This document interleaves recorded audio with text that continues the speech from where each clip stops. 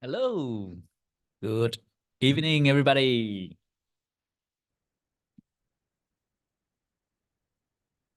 Hope you guys can hear me well.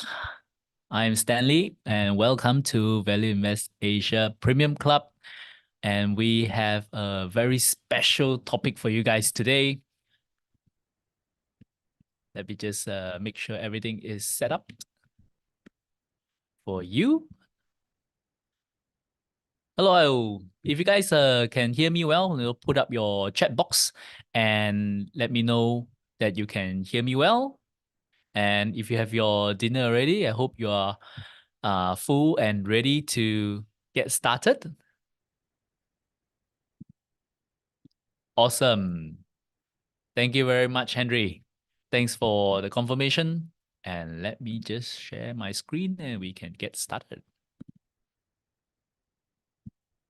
All right. Today we have a very, very special topic, which is talking about China.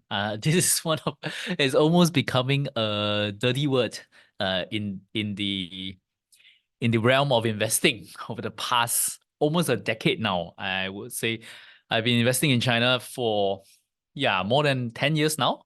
And it hasn't been doing that great over the past 5 years, especially since the start of the trade war with the US. Uh, we can see really how strong still that the financial powers of the US is, and how much that China is unable to fight back, at least in terms of the perception within international investors and even among their own domestic investors on China. Today, when you ask most people, I would say that so far, just talking to many people who are investors, most of them are very, very pessimistic about China. And even people who has invested in China for a long time is thinking maybe they should be cutting loss from this exposure. But this is where the interesting comes in, because remember Warren Buffett says that we have to be fearful when others are greedy and greedy when others are fearful. And it is exactly at this period of time where I feel that it is so hard to find anyone that is optimistic about China. And I can definitely uh, say that the sentiment right now about China is on the spectrum of fearful. And let's see how if we can see some light over the end of the tunnel. Of course, because before I begin, this is just a usual disclaimer. Like everything we are talking about here today is mainly for information and educational purposes. Doesn't represent view on my channel. Doesn't view on my other writers, or doesn't is not a recommendation by even IFAS, which I'm now working for them.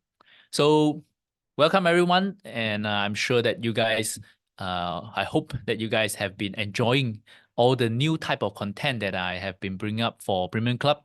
I hope that I can do more and more of such in-depth webinar for you guys. And if there's something that you guys really enjoy, do give me some feedback on what you want to know more about, what you are thinking about. I will surely try and incorporate some of all these things into future webinars as well. So just a quick look at what we will be discovering today. I'll try to look a little bit on the history side of China and how it relates to what is really important to the leaders of China and even the business leader of China, and what could be some of the possible future that lies ahead for China. And are we looking into, a recovery in the Chinese economy, or could they face something like what Japan faced after their trade war with the US, a completely lost decade or 1 or 2 decades of economic growth for the country? And after that, we'll just look at some of the brighter spots where I see that maybe could be areas that would still do pretty well for China. And then from there, we'll try to explore how we can invest through using ETF. and what are some of the well-known ETF that are tagging on to China, and how we can construct a portfolio using this ETF. And I feel that using ETF right now to invest in China might be the safest mode of investing rather than picking particular stocks, and which we'll talk about a little bit later on why that is the case, which I feel that picking stocks in China actually could be pretty risky, right? And how it relates to your entire core portfolio, maybe. And then lastly, we'll end off with a spin-off section, as usual, on some of the interesting things that I found over this week, and also a major announcement regarding my own portfolio going forward, and which I uploaded the update on my portfolio ending April today on the premium website. So if you missed that out later, you can check it out as well together with the replay of this webinar. But I have a major announcement on that as well. Okay, so this is a slide that I have on a very, very short history of China. And I know it's hard to read. Don't worry, I'll zoom it in for you guys. But you can see that the history of China is actually not pretty short, right? It's ironic. And they are, in fact, one of the few countries that has history that spans thousands of years. So although the China today we know is still pretty young, but as a whole, China has been recording down their history since 2000 BC. So it means that they have recorded history of the nation and of the kingdom for 4,000 years now. And we can really see is that where I guess the influence of China comes from. I would say that the start would be the Qing dynasty, right? When Qin Shi Huang first started the dynasty of China, and then from that on, you can see that it has went through many dynasty changes.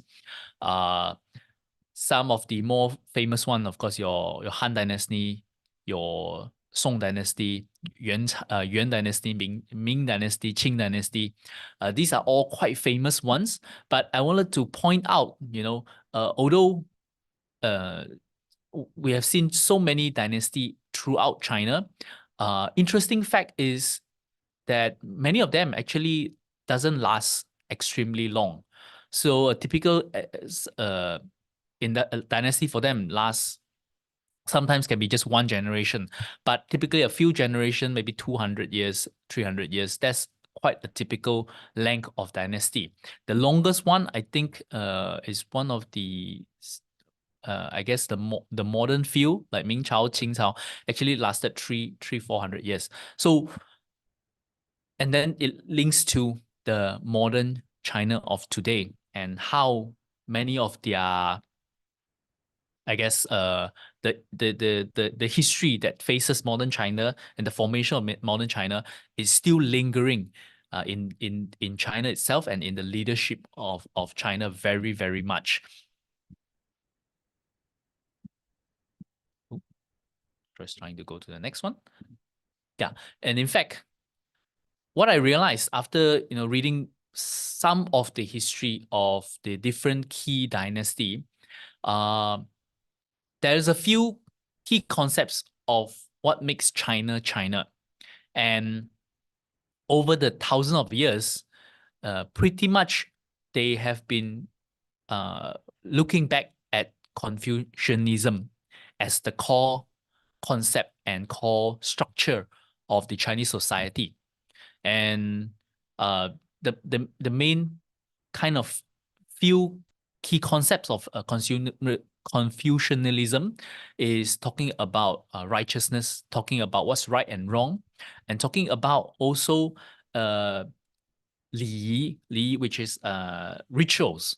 And so the rituals is very important in the Chinese society, and the concept of doing what's right for the nation and what's right for the unity of family and unity of the country. And second concept is the the concept of emperor and the mandate of heaven, right? There's every single dynasty, there is one key emperor throughout, so many thousands of years, they still stick on to that concept. And it is only now in modern China society, through the Communist Party of China, that there is no such uh, concept of an emperor, right?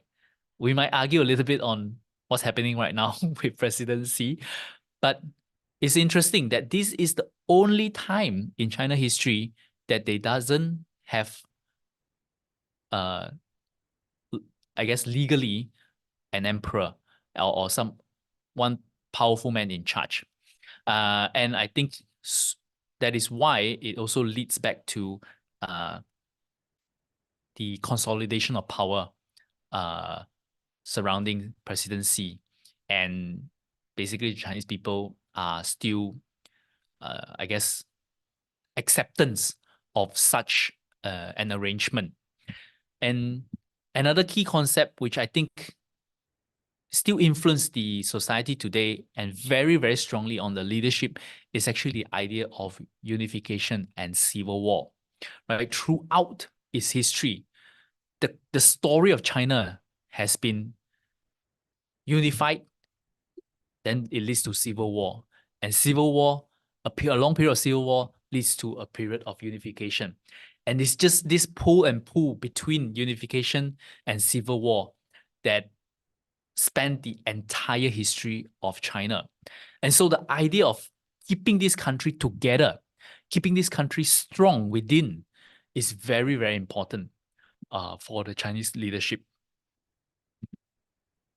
And it's not so far in the past that we can see the remnants of the damage done by internal struggles and civil war of the country. Right, of course, right now, modern China is considered the founding father of modern China is Mr. Sun Yat-sen. Right, he's well respected by both the Communist Party and also by Taiwan Kuomintang, and also the Taiwan political party as the founder of modern China. And interesting thing is, after they overthrow the Qing dynasty in 1911, roughly around 1911, Mr. Sun actually passed the power to General Yuan Shikai. And Yuan Shikai, and that was the period where the country broke into a civil war as well, right? It broke into many factions with warlords and with the Communist Party and with Kuomintang. And Yuan Shikai tried to consolidate power.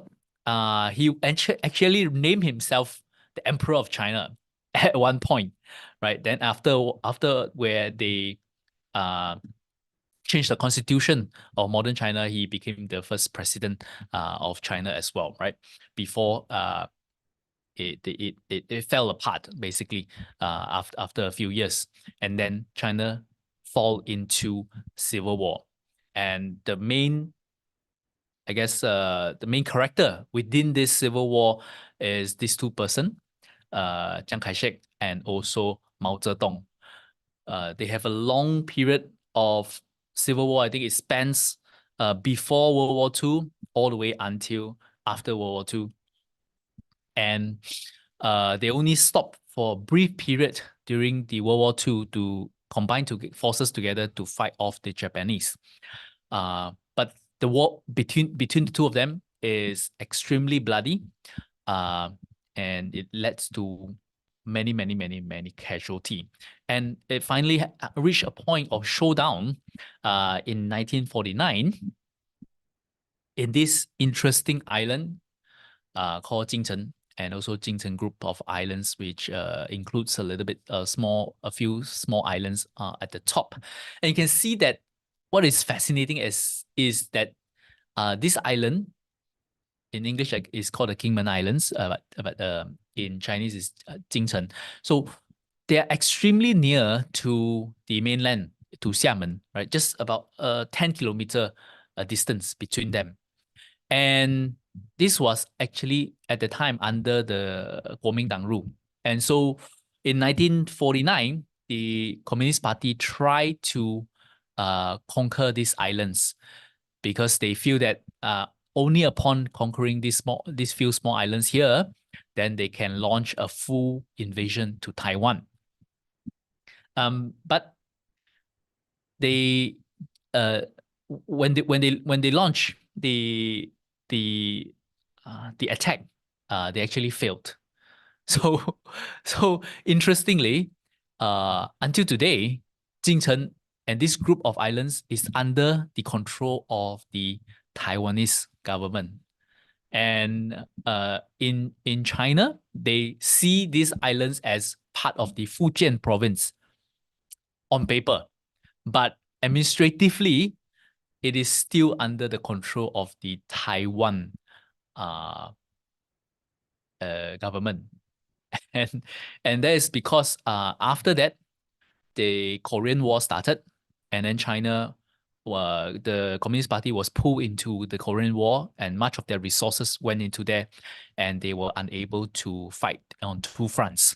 And then by the time they finish up on the providing support for the Korean War, the US government and Taiwan has already signed agreement of defense, where the US government have sworn to protect Taiwan in the event of invasion.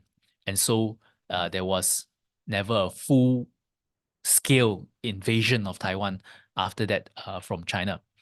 And so it is very, very interesting. And even I think up to 2000, the year 2000 plus, Jingchen was actually a restricted area where it's a military ground, and there's no tourism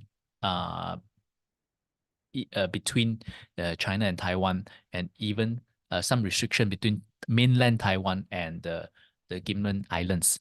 Only in the last decade, it has opened up and to become a tourism hotspot for mainland Chinese to go over for holidays. So that's a little bit of interesting preview, but it also solidified the broker marriage between China. It was the idea of unification until today still is a very, very important topic for the leadership. And after, and even without that complete unification, right? During that period, the Communist Party was still very young, and there was a lot of internal struggles. There was a lot of internal struggles. The most famous one during the Cultural Revolution by the Gang of Four, and one of them, they are considered the radical group of China of the Chinese Communist Party, and they want nothing associated with capitalism. So at the time, Russia has already moved to a quasi-communist concept where they still allow some form of capitalism within the country to grow the economy. And that's where China and Russia sort of split, because at the time China was still very much hold on to the idea of complete communism, right? Everything is state-owned, and the fraction, this four of them considered the Gang of Four, is the most radical of them, and they were at a period controlling the Chinese Communist Party, and then finally, just before Mao Zedong was reaching the end of his life, he sort of endorsed the the transfer of power to Deng Xiaoping, and also with Deng Xiaoping, and of course supported by Zhou Enlai. And the two, I would say, is the very, very core influence to build what is modern China today. And without the foundation laid by the two of them, I think modern China would not be what it is today, right? And over the past 30 years, it created the most amazing economic growth and also the most amazing move of pushing hundreds of millions of people out of poverty, right? A feat that never before in history is accomplished and is done uh, by the Chinese government. But that being said, when we look at these two key concepts that holds the country together, unity and the economy, right? In I guess in our capitalistic mind, we always think of the a country must grow its GDP, must grow its economy, right? It is no bigger objective for the nation except to grow its GDP, especially coming from a US standpoint, from a US capitalistic uh, point of thinking, right? The economy would always be the most important. But I would argue that in China, it's actually not the most important, but rather unity is what's most important for the country. And which is why when presidency came up to power, we can see that there is a big shift on consolidating his power within their different sect of the Communist Party. And within the last two terms, he has more or less consolidated every part of the Chinese Communist Party, and he's the undisputed leader right now. So they do have that, I guess, form of unity. Uh, and then hopefully, because over the past decade or so, they has been really, really concerned of consolidating that power and ensuring that the unity and the internal struggles within the country and the party is taken care of. And I think which lets them put the economy on a second tier concern. And only until now, I think, after they have completed the exercise, I think now the economy would be something that they look at uh, much more will be much more focused on in tackling the economy. And these are just some of the key data coming from China. And you can see that although China has grown extremely fast in the past few decades, uh, this is an interesting slide, which is the market capitalization of the domestic company compared to other countries. You can see that all the big companies in China combined is not that much more than Japan, and maybe just not even double of UK. And when you compare that to the amount of the number of people, right, the population wise, it can see that the market cap of domestic Chinese company is extremely small on a per capita basis. Okay. Yep. And that brings me to another key point that I want to talk about, which is, well, before the I guess interruption of the Chinese economy, before the crackdown of the Chinese government on many of these tech companies, these tech companies, the major ones, have influence in almost every aspect of the Chinese society and the Chinese business world. Right? Just look at Alibaba Group here. Just look at Alibaba Group here. Sorry, give me a minute. Yep. Just look at Alibaba Group right here.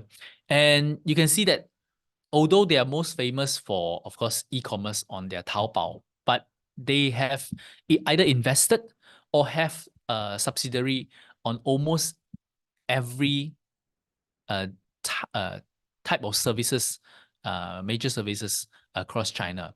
They have social media. They have, of course, brick and mortar retailing on SunUp. Um, they have their cloud business, their financial business. They have their logistic business, and even media business as well with Alibaba Pictures. So the empire of Alibaba is extremely big. And this is also similar the case for Tencent. Right? This is all the investment and operation that Tencent have throughout its history.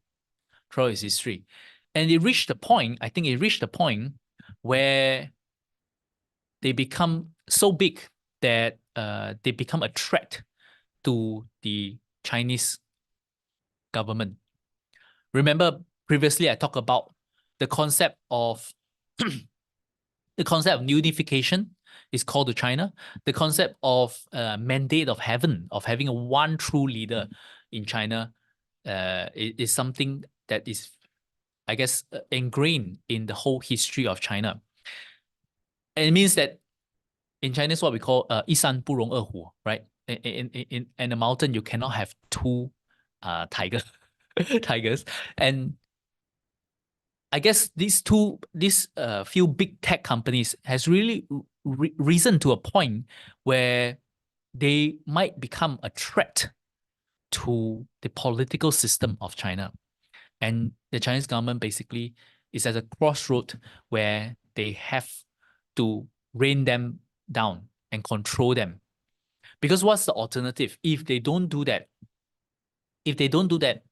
uh, then China as a whole, as an economy, might form into a different model, which I'll share a little bit later, right? And so this is the path that China has taken. So it has shown that the political party has rained down on the tech companies, has rained down on any dissidents among themselves, and so it is projecting this key message to the world and to everyone that there is one boss in China, which is the CCP, and it's led by one key person, right? And that's not going to change.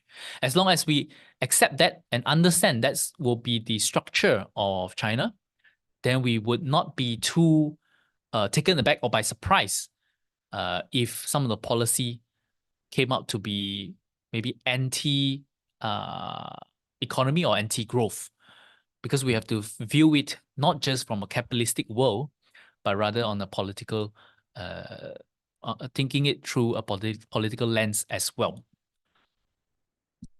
So right now, there's a few challenges I feel that is facing China. Number one, they have to maintain that unity and retain their power. They still have to grow their economy despite the huge trade war that's happening. And they want to do that by increasing their domestic consumption. But at the same time, they need to control capital flight to make sure that not too many people are trying to move their money out of China. Next, they have to prevent their company from becoming what I call TBTC, right? Too big to control. Too big to control. This company can grow, but they cannot grow until the point where they can influence the politics in China. And then we have to do all that while managing their debt crisis and their aging population crisis. So when we look at the future of China, I feel that we can look at two key models where it could happen, where it could lead to. And the path that leading for China is not the US. We cannot look at the US and feel that, if China is to become the greatest economy in the world, then they will become the next US. Then whatever US is today, that is what we can project China will become. And I feel that that is an entirely wrong concept. And that is not how China will and should evolve. Rather, looking at more of its East Asia neighbors would be key concept on how China can develop, right? Because South Korea and Japan, they are already considered developed world status, and both of them run on a very different model. And maybe China will end up combining a little bit element on from two of them.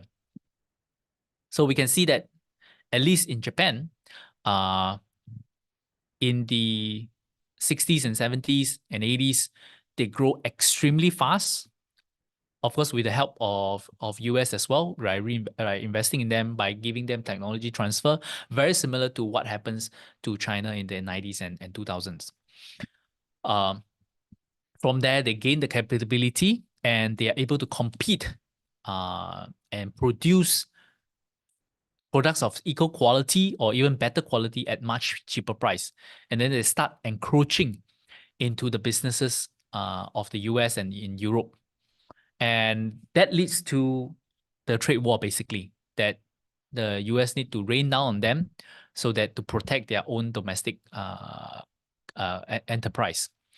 Japan being the younger brother of US, they don't really have a say, right? When US came down on them and say that you have to change this, to change that, to balance out the playing field, as they say, Japan basically agree to all the demands. And that sort of led to the asset bubble bubbling up in Japan and creating one of the biggest crashes of all time. And they completely have a lost decade of economic growth and ultra low interest rate environment for very, very long. Only recently that they increase that interest rate by a little bit from negative to close to zero. And they throughout the last few decades, they have maintained a relatively weak currency to encourage and continue to maintain this export-led economy, right? So the domestic consumption of Japan never really took over and say become the main growth driver for Japan. They until today they're still pretty much focusing and also rely on a lot of export product to ensure that the economy is strong.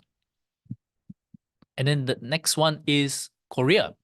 So Korea has a different path to growth where their economy is actually built on colonialism, right? So the government actually appointed a few of the corporation to make sure to let them become like the official cronies for the government. And these companies have now be involved in every aspect of the society. So much so that the economy, I think the economy of Korea on the GDP, I think 20% is contributed by Samsung itself. And within all the big companies, I think they contribute more than 50% of the GDP of the entire nation. So all these companies are extremely strong and powerful to the point that they influence the politics of the country as well. And I think this is the part where China wanted to avoid, which is why they rain down on their companies, because they do not want the Chinese companies to become so big that politics no longer is able to control this company. And in fact, this company turns on its heel and start controlling the politics of the country.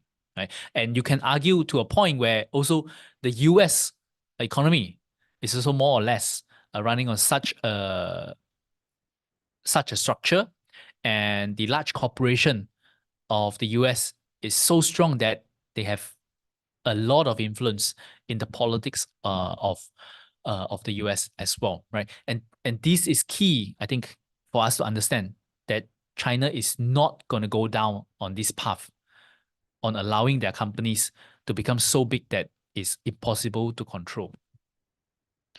So I feel that the path for China is more or less more leaning towards what's going to happen like Japan, and they would try to at least avoid some of the mistake made by the Japanese economy and the Japanese leadership. But number one, I think they would still have to maintain very, very low interest rate, which is mainly to maintain their debt level, because on the municipal part, and in a lot of their SOEs, their state-owned enterprise, have very, very high debt.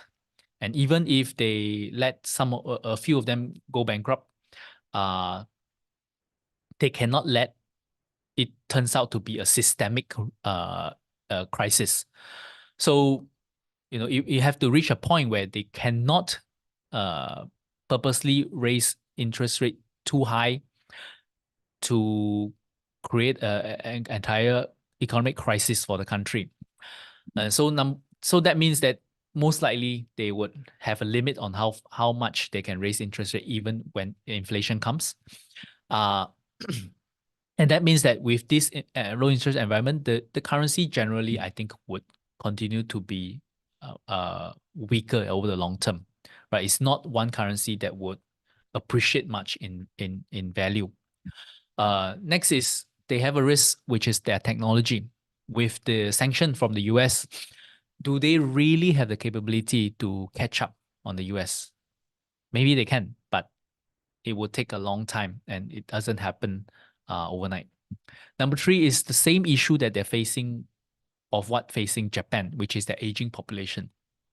With the long history of one-child policy and then now maybe a two-child policy, but the standard of living in major Chinese cities is so high that people are just not having so much kids anymore. And that means that without younger people to recover the population growth, there is going to be issue facing for them for if they're trying to push domestic consumption, right? Sure, right now, as they try to move towards higher income for everyone, the demand could increase. But if they're also facing an aging population, which is actually much worse than what Japan faced, they will hit a stagnation point, and the future demand would not be as would be under threat. And one thing about countries like China, Japan, or Korea is that unlike the US, which is very migration focused, these three countries are generally quite homogeneous in its population, right? So we're not going to see a huge amount of migration coming in to replace that population. If that's not happening in the case, then and without their local population to replenish that population size, the long term consumer demand within that country would not grow as aggressive as what we expect it to be, in my view. Right, and lastly, the risk for them is how are they going to invest overseas? We have seen more and more Chinese company investing overseas, right? On manufacturing front, they have to invest. A lot of them are actually coming to Southeast Asia just to get over the US sanction requirement. But many of the tech companies are also investing throughout the world and trying to compete in the international arena. I would say that most likely they would have mixed results, mainly because the ecosystem that the rest of the world is already very familiar with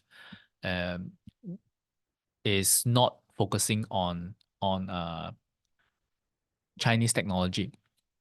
And even if we accept it, like maybe like TikTok or Xiaohongshu, all these tech companies that is successful overseas, they would generally just be successful in a lot of these smaller countries, and very, very, very hard for them to penetrate the main market, which is US or even Europe, for that matter. And we've seen that for TikTok, regardless of how much they try to reason and to be able to be transparent about how they do their business, the US politician is not going to is not going to agree to reason, right? This is more of a sentiment issue, and they have already made up their mind before they even start instigating the issue. So it will gonna be very hard for them to uh, find extremely significant success by investing overseas, because the key markets that could become meaningful for them to be comparable to their domestic market uh, is few and far in between, right?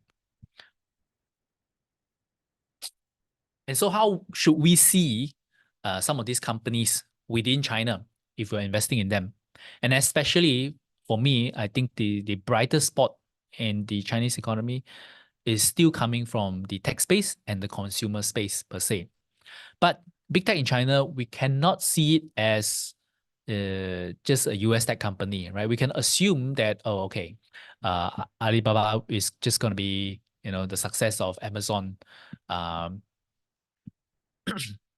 or Tencent is going to be like the success of Meta and Facebook, and how they can uh, create so much value throughout the world by trying to cross invest into other geographical market as well. Not much. I don't think that should be the model for them, and they would still pretty much still be domestic focused. It's very, very hard for them now to even cross invest. Right, like Tencent, they invest into Meituan, invest into JD.com, trying to bring all this company into their ecosystem, because what they have is WeChat, which is the attraction for online traffic. Right, everybody has to use WeChat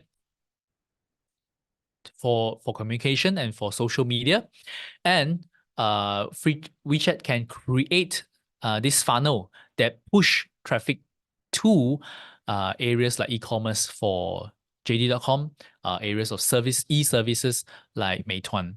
So in their mind is the perfect business model, right? They own the entrance to the toll booth, and all they have to do is invest things behind the toll booth, and then keep pushing traffic through the toll booth to all these businesses.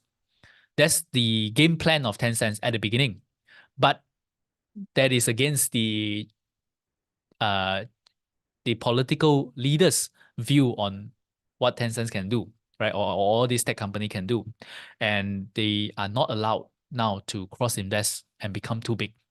So number one, they still be very domestic focused, but from all the profit, they are unable to redeploy and reinvest into other areas of the economy to make themselves bigger. This means that all these companies now are leading into very, very huge cash pile.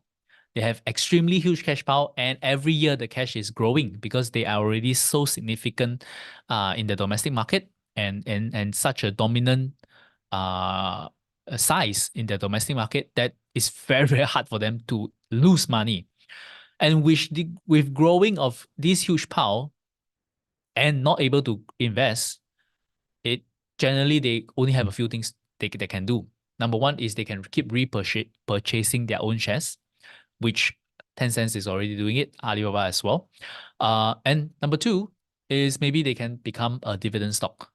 So I think the Chinese tech companies would have a shorter runway to turn themselves into dividend stocks faster than any of the US tech firm.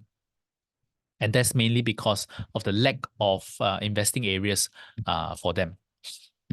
And so that's pretty interesting, I think, for me, which is that when we look at this tech company and when we're investing in China, maybe we should be viewing it in a way of being a dividend investor.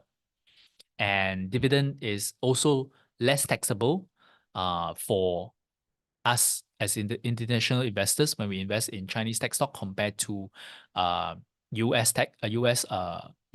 stocks, because US tech stocks we are going to be taxed 30% from all dividends. Chinese companies, I think on the company level, I think they will be taxed 10% if you're buying Hong Kong stocks, but Hong Kong dividends is not taxed at all. to us. So that's another positive point. And as these companies become more and more cash rich, if we stick to companies that are profitable, building up their cash pile, have free cash flow, and has dominance size in China, I think there are some opportunities there. And one safer method for us might actually just be to invest through ETF. And I would focus more on the ETF listed in Hong Kong mainly, rather than ETF that is listed in the US. For one, number one is if we invest in US listed ETF, is still investing in US asset. And for international investors like ourselves, we might still run up the risk of their estate duty tax, which is for foreigners investing in US asset. When we reach a size of around 60,000 US dollars, we might be subjected to estate tax in the future when we pass on. Of course, there's way around it, but it will be just another hassle for us. And so if we're just investing in Chinese companies, then maybe just investing through Hong Kong will be a more straightforward approach. And that being said, actually sometimes the ETF in Hong Kong is actually also dual listed. So they are listed both in Hong Kong exchange and also listed in the US exchange as well. So there's not much difference for us. And plus, the key point which I brought up just now, that companies within China, I think strong companies within China has a very higher likelihood that they will all just turn out to be dividend stocks. And so if we are expecting in the long term that this company might become dividend stocks, then investing in Hong Kong will be better, mainly because we don't have to face that 30% withholding dividend tax if we invest in US assets, right? So these are some of the key ones I wanted to highlight to you all, which is CSOP Hang Seng Tech Index. I think this is one of the larger ones with AUM of around 35 billion Hong Kong dollars. So I made it into a simple chart for you to understand. And you can look at it through mainly, okay, you can look at it mainly through these three items, which is number one, the AUM size. Okay, so the gray one is how much AUM that they have in Hong Kong dollars. So this is 35 billion. Next one is the fees. The fees for the ETF. This includes both management fee and also other fees like trustee and everything. So this is the estimated yearly annual expense ratio. So on basis basis point, so 100 basis point, about 1%, right, for this ETF, which is relatively high compared to the rest. And then next one is an average 5-year return. This is actually across 5 years, but their yearly return, right? So this is not the total 5-year return, but on average, the 1-year return over time. For these two ETFs, CSOP Hang Seng Tech and also iShare Hang Seng Tech, because they are based on the Hang Seng Tech Index, which is only published in mid-2020. So this is actually a 3-year average return, not a 5-year average return. The rest is they have a 5-year average return, but only these two is actually a 3-year average yearly return. So the Hang Seng Tech Index, once they got published and launched, has a terrible year over the past few 3 or 4 years. So it actually has a negative 24% return annually over the past 3 years. Extremely bad. But it's also reached a point where many of these tech companies are actually at a very extremely strong valuation, a very attractive valuation right now. Okay, so this is one that you can look at. And next one is Hang Seng China Enterprise China Hang Seng China Enterprise Index ETF. So this is a 21 billion Hong Kong dollar fund, and their annual fee is around 0.65%. And the average return so far per year is about -9%. Uh, this is, you will see that all of them are losing money mainly because the poor performance of Chinese stocks over the past few years, right? But I think more importantly is looking forward rather than looking at what has already happened. And this Hang Seng China Enterprise is going to follow an index on mostly non-tech firms in H shares. So still investing in Hong Kong, and many of the non-tech businesses in Hong Kong, maybe the listed in Hong Kong, like the banks, the insurance company, the telco, will be within this index. Next one is the iShare A50. So this is only investing in A shares, right? Shares listed in China itself. Your Guizhou Maotai, many of your construction company, of course, the banks is also inside. So this is, you can see that each of them has different exposure. So depending on what are the key exposure and key areas that you are more optimistic about. I included this iShare Hang Seng Tech ETF as well because among these two, although this is the largest, which is why I put it there, but among the two, I'm actually more optimistic and I prefer this one and one that I have invested myself, the iShare Hang Seng Tech ETF. And it's a much smaller ETF, but you can see that their interest, the fees is only 25 basis points, so 0.25 percent a year, much cheaper, and you get relative the same thing.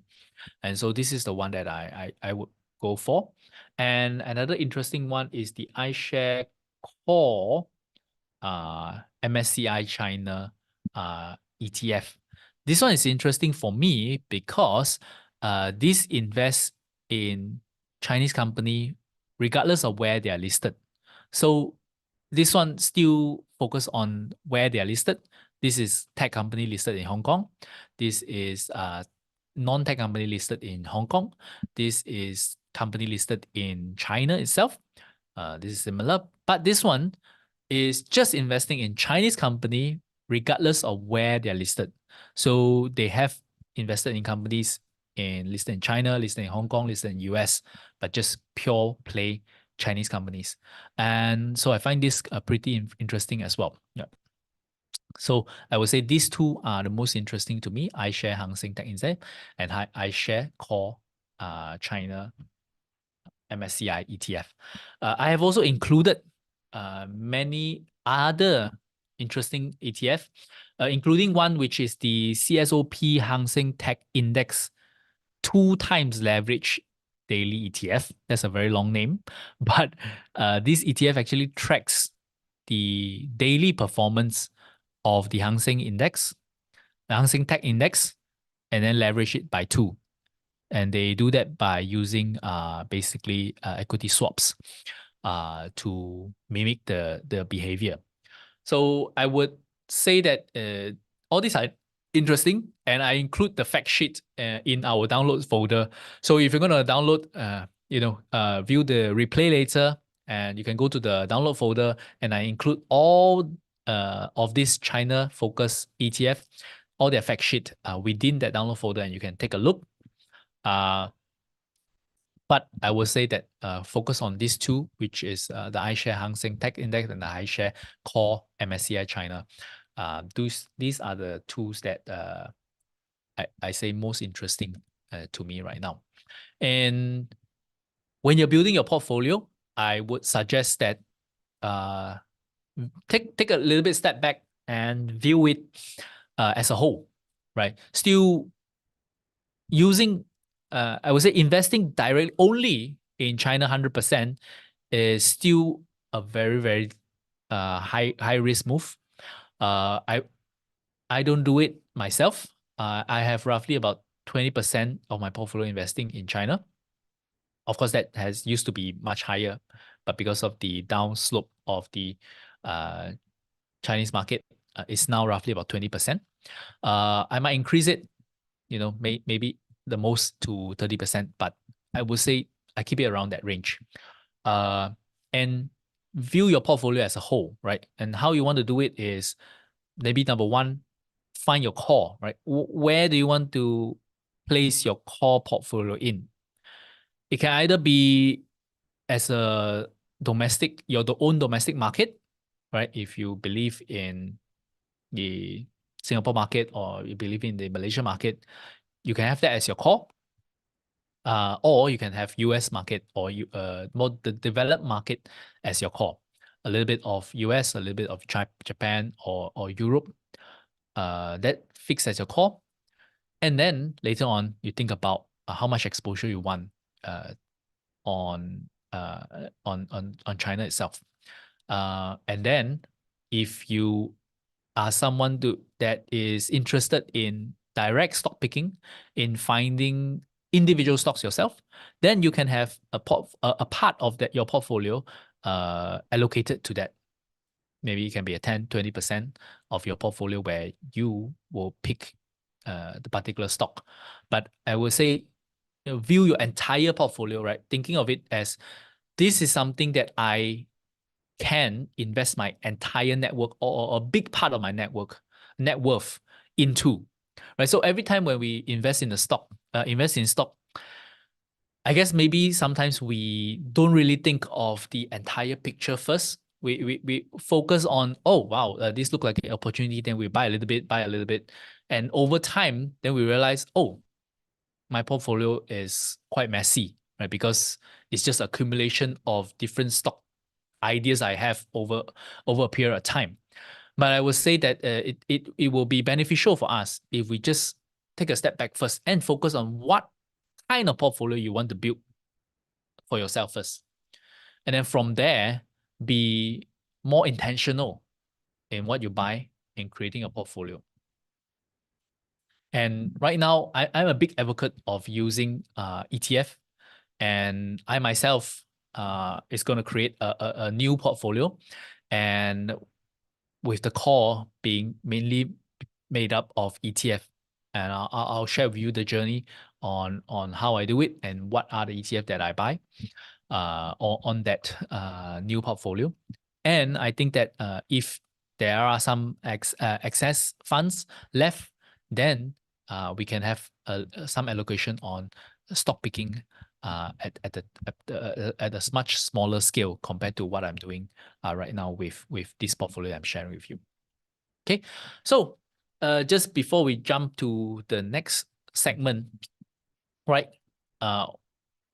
Why should you invest in China, or should you even invest in China? So I think if you want to invest in the Chinese market, first you have to believe that China can recover, and you believe that the Chinese structure right now, the one that I described to you, where unity and political power is always more important than economic growth. If you believe that is still a model that can generate growth for China, then yep, it could be investing in China, it could be for you. But it would not really be for you if you are skeptical on that. You don't believe that this is a model that will work. And you feel that China is actually facing what Japan faces and could fall into a lost decade. Uh, then maybe you might want to have a lesser exposure to this, or you might want to skip this market altogether, right? Again, go back to your objective for your portfolio. How do you want to create this portfolio to make yourself comfortable with it? And just we share a little bit more with you guys that I have recently joined IFAS in the beginning of this year. IFAS Global Market, where it's an advisor-based platform, and I've joined them as one of their wealth advisor.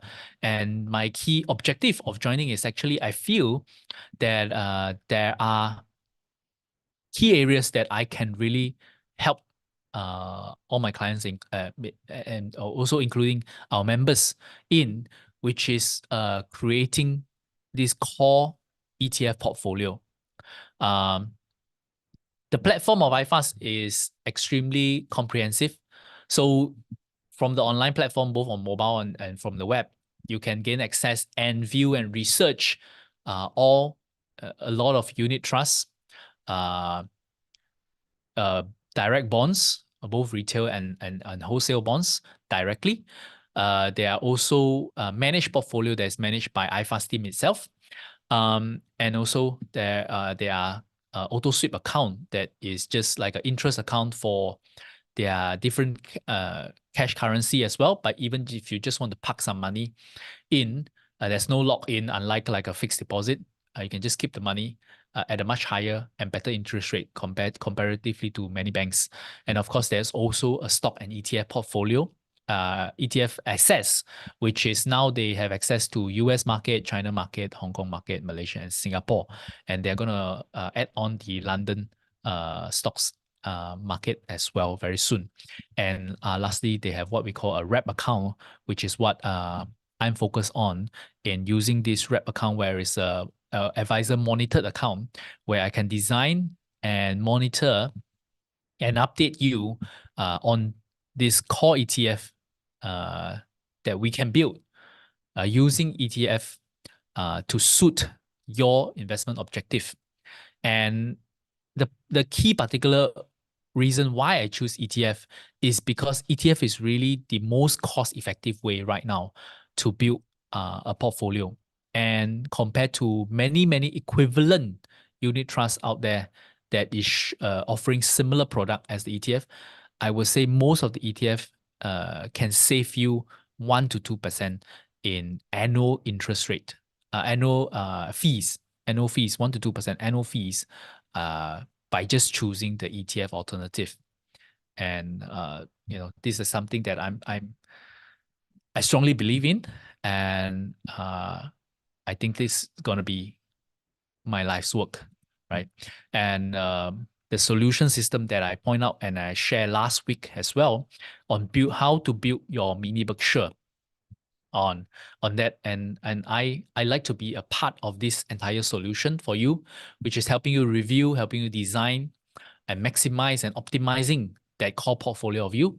And of course, through our iFast platform, can help you monitor and update you on any situation as well, right? And then, of course, through our Learn with Stanley Premium Club, add a little bit of education and coaching as well on investment knowledge and information update as well. So that's roughly some of the key plans that I have, and the key solution that I have. I feel that would extremely beneficial to all of you. So if this is something that you feel would be beneficial and you want to chat a little bit more with me or plan out, have a chat or a deeper chat with me on planning out your investment, feel free to reach out to me. This is my iFast email directly, or of course you can WhatsApp me through both my Singapore number or my Malaysian number as well. And after this webinar tomorrow, I'll most likely send out a Google form for you to see if to take a little bit of stock take on where you are at your investment portfolio and whether or not you feel that you need a chat with me at the moment. Okay. So great. Of course, if you have any question along, for this whole webinar on China and some of the ETF, feel free to open up your chat box and then we can have a chat. I will try to have a discussion with you directly. And as always, our spin-off segment here that I wanted to share with you is this is a very interesting podcast that I just listened to, a 4.5 hour long podcast on the history of the most valuable company, right? Founded by these two guys, Bill Gates and Paul Allen. And so it's on I listen to it through Spotify, but you can view it either even from YouTube or any podcast player that you have, Apple Podcasts or other podcasts that you have. You'll be able to find it. The podcast called Acquired, and the episode is Microsoft, and it's a very fascinating podcast where when we view it, the growth of Microsoft, we feel wow, is a sure thing, right? They have found the most important trend of the century, and they tag on to it, and they're all geniuses. But when you listen to a story, it's not really the case. It was never a sure thing, and the team itself, even Bill Gates was even doubting themselves, right? How to do the business, how to uh how to stay relevant, how to grow the business. It was never a sure thing at any one point. Um, and they have to create the business model out from scratch because the whole industry uh, doesn't exist before them. So it's an extremely interesting listen into uh, the history of Microsoft, where it's not really on mainstream, and how IBM actually helped Microsoft a lot on their growth, and how some of the blunders that IBM made become the biggest fortune for Microsoft, and made what Microsoft it is today. Right. So definitely, if you have time, check this out. This is worth your time to listen to. Okay. Uh, Let me see. If you have any question on if you have any question, feel free to put up on the chat box, and I love to chat with you. Let me just pull up the chat box. But I have an announcement to make as well. This is the my own personal portfolio that I have been tracking with you since 2018, where we first started our premium club. And I just have an announcement to share with you that I would be closing down this portfolio, or at least not continuing the monitoring of this portfolio going forward, because I do have to cash out a little bit of cash um, for my own personal use for my house. And so there will be some changes going on to this portfolio, and it's more of a personal circumstances changes rather than uh, because of the portfolio construction. So I don't want that to be a factor, or as I sell down this portfolio to fund some of my personal things. And so I will shut this portfolio down as of today, as of this end of April. And I will start a new portfolio with you guys through my IFAS account, just getting it started, just getting it set up. So it might take a couple of weeks or a month, but I would start posting the new portfolio going forward. And just as a recap for my whole portfolio since 2018, it was actually growing at roughly about 7% a year since 2018 for the past 6 years. But this is the portfolio I have been managing since 2007, 2008, and seriously tracking it maybe 2000, end of 2008 or 2009.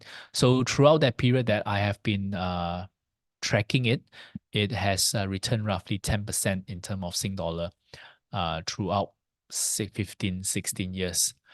Um, I would say it's okay, nothing spectacular. And I think it still fall within my expectation, mainly because I invest both in the US and Chinese market, right?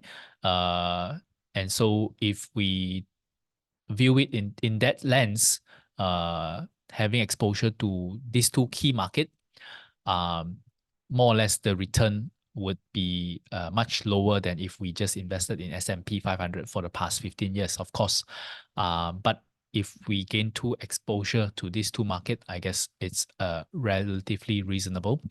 But it also kind of highlighted to me that actually using low-cost ETF to gain this exposure would generally be a much cost-effective way and much simpler way and time-effective way for us to create portfolio instead of trying to pick individual stocks one by one and creating a diversified portfolio on our own, which is why it leads back to my discussion just now that I feel that ETF is going to be the most important instrument for us in building long-term growth in the stock market going forward. Okay, so there you have it. This is also another quick summary on my portfolio. Right now, when I close it for you guys, it's roughly 67.5% in the US, 23.2% invested in China, in Chinese company, right? So this is not the area of listing for the stock, but rather the company itself. So 23% on Chinese company, 67% on US companies, 7% on Southeast Asian companies. I have a little bit here, 0.5% on exposure to Aston Martin, a European company, and the rest about 2% in cash right now. And this is my long-term holdings. I will still continue to hold it. And it has gone through roughly about 5 market crashes for me over the past 16 years. Yeah, it has served me well.